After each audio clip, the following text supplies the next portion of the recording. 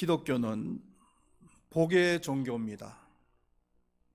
성경에서는 복에 대해서 많이 언급을 하고 있습니다. 예를 들면 구약에서는 신명기서 28장을 예로 들 수가 있습니다. 네가 네 하나님 여호와의 말씀을 삼가 듣고 내가 오늘 네게 명령하는 그의 모든 명령을 지켜 행하면 내 하나님 여호와께서 너를 세계 모든 민족 위에 뛰어나게 하실 것이라.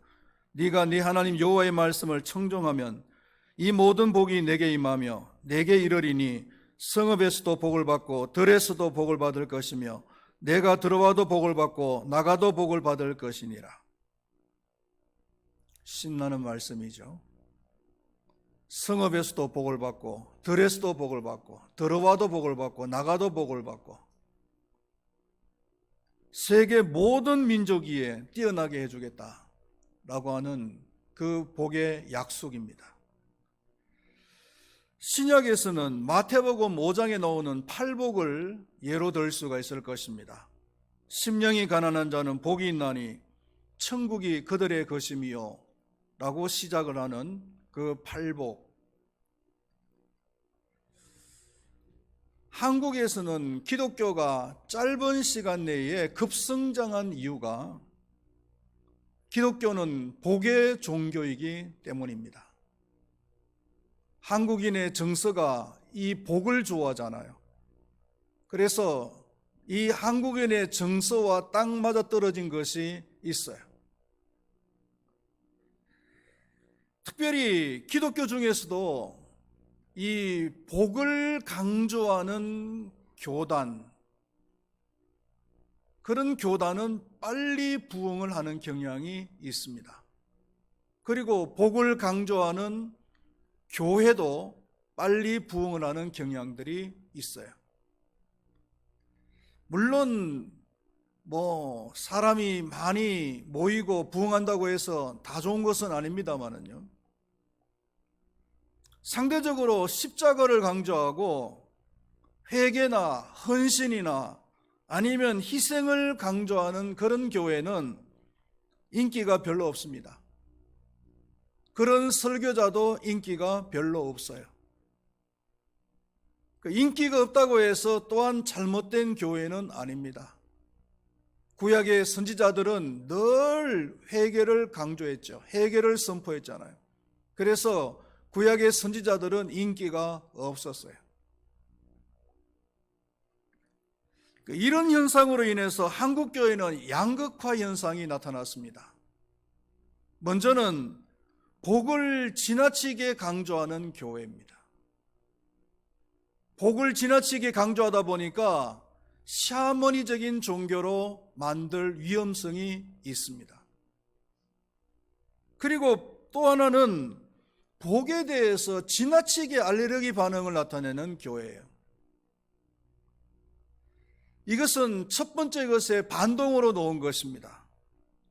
물론 이것도 문제가 될 수가 있습니다.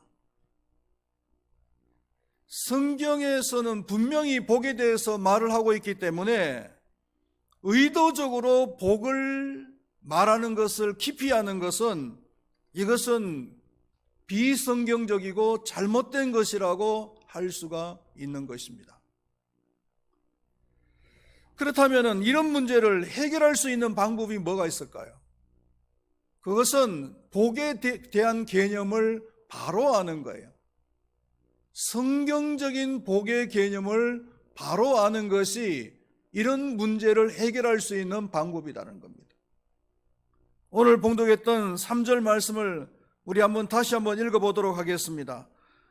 찬송하리로다. 하나님 곧 우리 주 예수 그리스도의 아버지께서 그리스도 안에서 하늘에 속한 모든 신령한 복을 우리에게 주시되, 오늘 봉독한 말씀에도 복이라는 말이 나오잖아요.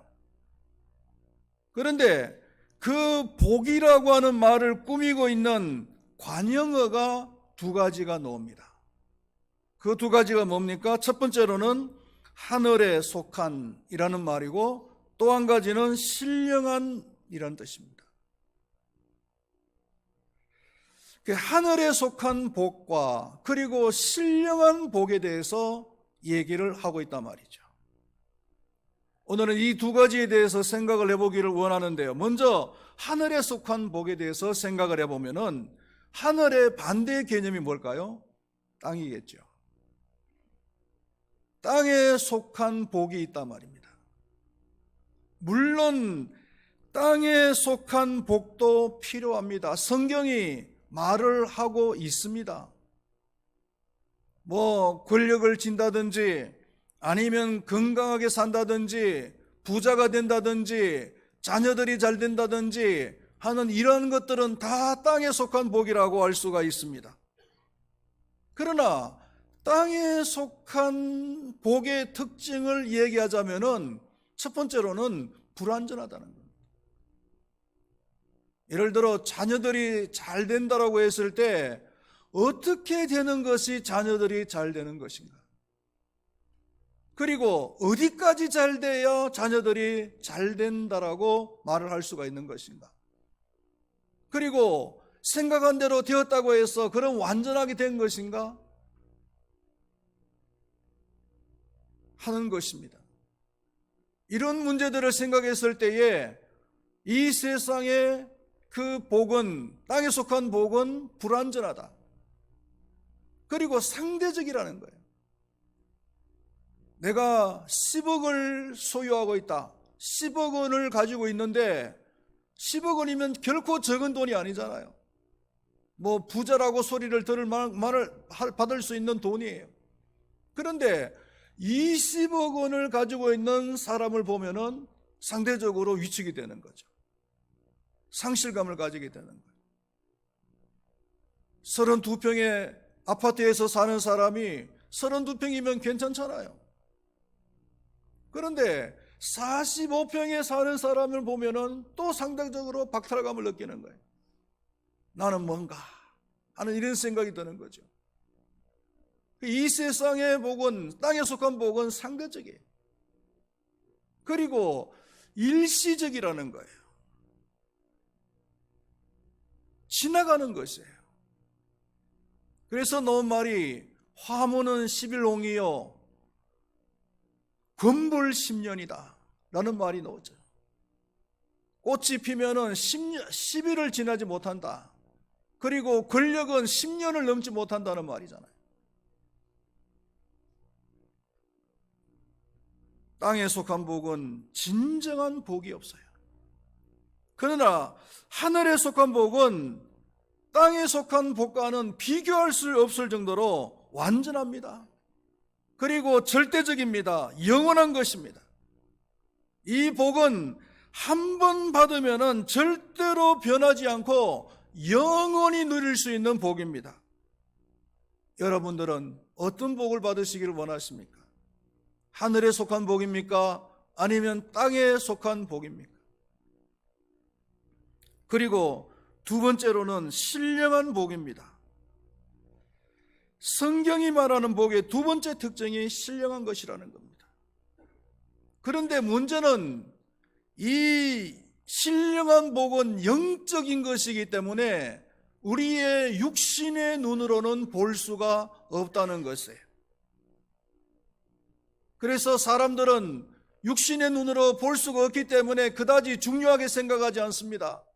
눈에 보이는 복이야말로, 땅에 속한 복이야말로 모든 복이라고 생각을 합니다. 그러나 성경은요, 신령한 복이 진정한 복이라고 얘기를 하고 있잖아요. 이 신령한 복은 육신의 눈으로는 볼 수는 없지만은 볼 수 있는 방법이 있어요. 그것이 뭐냐면은 바로 믿음의 눈으로 보는 거예요. 히브리서 11장 1절 말씀에 믿음은 바라는 것들의 실상이요 보지 못하는 것들의 증거다, 이렇게 얘기를 하고 있습니다. 이 말씀의 의미는 믿음은 보이지 않는 것들을 볼 수 있다는 거예요. 예를 들면은요, 하나님께서 아브라함에게 대를 이어 살고 있던 갈대아 우르 땅을 떠나서 내가 지시한 땅으로 가라, 이렇게 얘기를 했습니다. 평생 대를 이어서 살아오던 그 고향을 떠나서 생면부지의 땅으로 가는 것은 이것은 고생의 길이 훤히 들여다 보이는 거죠. 그러나 아브라함은요, 그것이 고생의 길이 아니라 축복의 길로 보인 거예요. 실제로 축복이었잖아요. 만약에 하나님의 말씀대로 하지 않았더라면 나는 너무 고생스러워서 싫어요, 그냥 살던 데서 살래요, 이렇게 끝내버렸더라면 아브라함이라고 하는 사람의 인생은 어떻게 되었을까요? 그냥 그 우르에서 촌노로 살다가 그냥 이름도 없이 무명으로 죽어버릴 그런 인생이었어요. 그러나 하나님의 말씀에 순종하는 것이, 그리고 지시한 땅으로 가는 것이, 그게 축복의 길이라고 그런 믿음의 눈으로 봤기 때문에 그 엄청난 고생의 길을 떠난 거예요. 그래서 오늘날 믿음의 조상이 되어지고 이스라엘 민족의 조상이 되어지는 그런 축복을 누리게 된 거죠. 하나님께서 결혼해서 자식을 낳고 행복하게 살아가는 모세에게 나타났습니다. 그리고 애굽으로 가서 이스라엘 백성들을 구해라, 이렇게 말씀을 하시는 거예요. 이게 무슨 말입니까, 여러분? 육신의 눈으로 보면은 이거는 너무나 위험한 일이고 너무나 고생길이 훤히 보이는 길이에요. 감히 어떻게 애굽의 바로에게 가서 대듭니까? 그러나 그것이 위험한 고생길이라고 생각이 들는지 모르겠지만 모세는 믿음의 눈으로 그것을 바라본 거예요. 그리고 순종했어요. 그랬더니 그 미디안 광야의 한낱 목부에 불과했던 그 모세가 위대한 이스라엘의 지도자가 되는 거예요. 이스라엘 민족의 지도자가 되는 거예요. 축복의 눈으로 보였다는 거죠.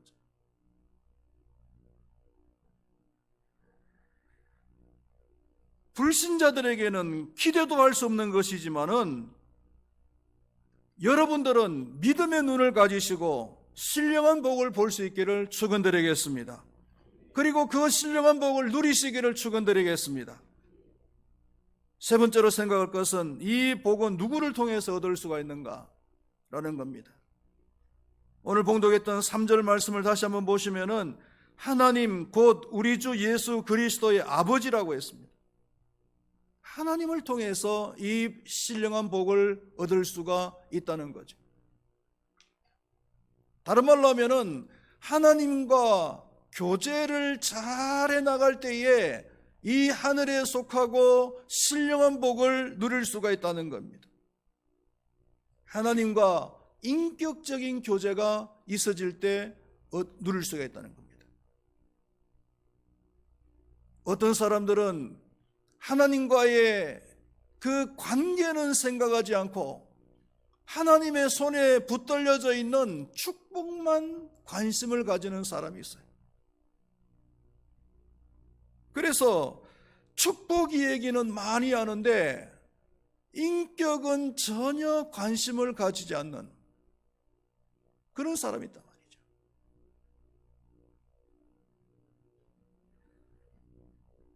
신앙이 성숙하지를 못해요. 신앙의 인격이 성숙하지를 못해요. 심지어 잘못된 방법으로 이득을 취하고도 하나님께서 축복하셨다, 이렇게 말하는 사람이 있어요.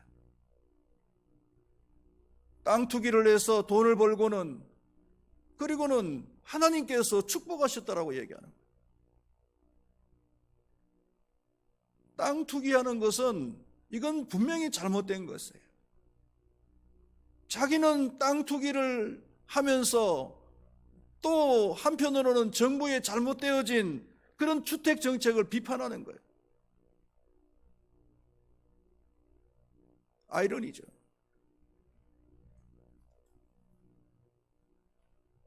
투자를 하는 것은 모르겠지만 투기하는 것은 그건 잘못된 겁니다. 하나님과의 관계를 잘해야 됩니다. 하나님과 우리는 어떤 관계에 있습니까? 하나님은 나의 아버지가 되시면서도 그리고 나의 왕이 되시는 분이시잖아요. 나의 주인이 되시는 분이세요. 그러므로 하나님을 잘 모시고 살아야 됩니다.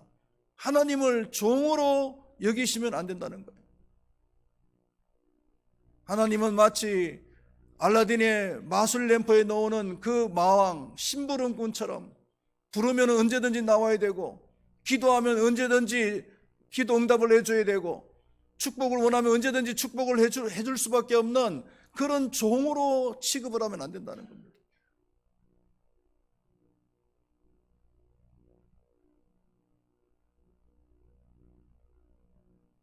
하나님을 잘 모시고 살면은 하나님의 것이 모두 다 내 것이 되는 거예요. 우리가 잘 알고 있는 얘기지만은 어느 나라에 외동딸을 가진 왕이 있었습니다. 그런데 이 귀한 왕의 외동딸의 공주가 웃지 않는 병에 걸린 거예요. 요즘 같으면 의학적으로 다 해결을 할 수 있겠습니다만 옛날이니까 그럴 수가 없었겠죠. 그래서 왕은 자신의 딸을 웃게 해주는 사람이 있으면은 공주와 결혼을 하게 해주든지 아니면 자신의 재산의 절반을 주겠다라고 공고를 해요. 사람들이 이것이 탐이 나서 수없이 많은 사람들이 와서 공주를 웃게 하려고 했지만 웃게 할 수가 없었어요. 드디어 한 청년이 와서 공주를 웃게 만들었습니다. 그래서 왕이 너무나 기쁜 나머지 어느 것을 선택할 것인가? 공주와 결혼할래? 아니면 내 재산의 절반을 할래? 여러분 같으면 어느 것을 하겠습니까? 이 청년은 공주와 결혼하는 것을 선택했습니다. 지혜로운 선택이죠. 왜요? 왕의 재산을 절반을 선택했으면 왕의 재산의 절반밖에 못 얻지만은 공주와 왕의 외동딸인 공주와 결혼을 하면은요, 공주와도 결혼을 하고 왕의 재산을 전부 유산으로 물려받는 거예요. 그렇잖아요. 왕의 가족이 되는 거예요.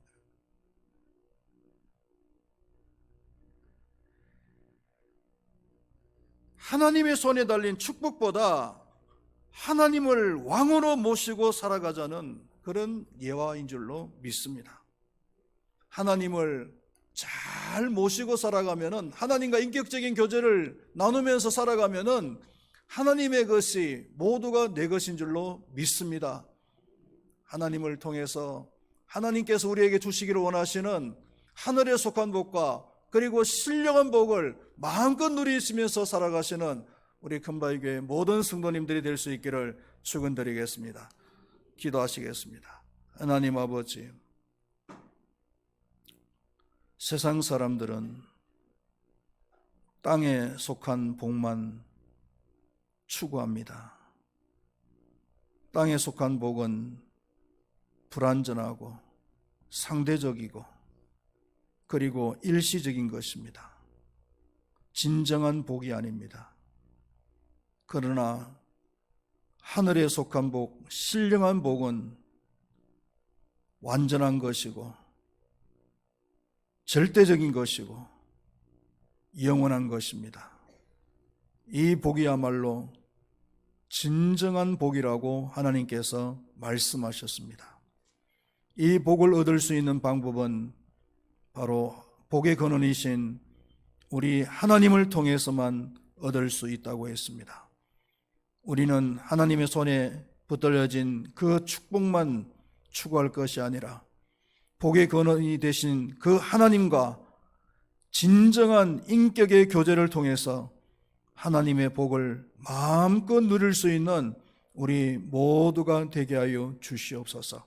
그래서 우리 금바위교회 모든 성도님들은 이런 하나님께서 주시고자 하는 복을 마음껏 받아서 행복한 삶을 살아갈 수 있도록 하나님이여 도와 주시옵소서. 감사합니다. 예수님의 이름으로 기도드리옵나이다. 아멘.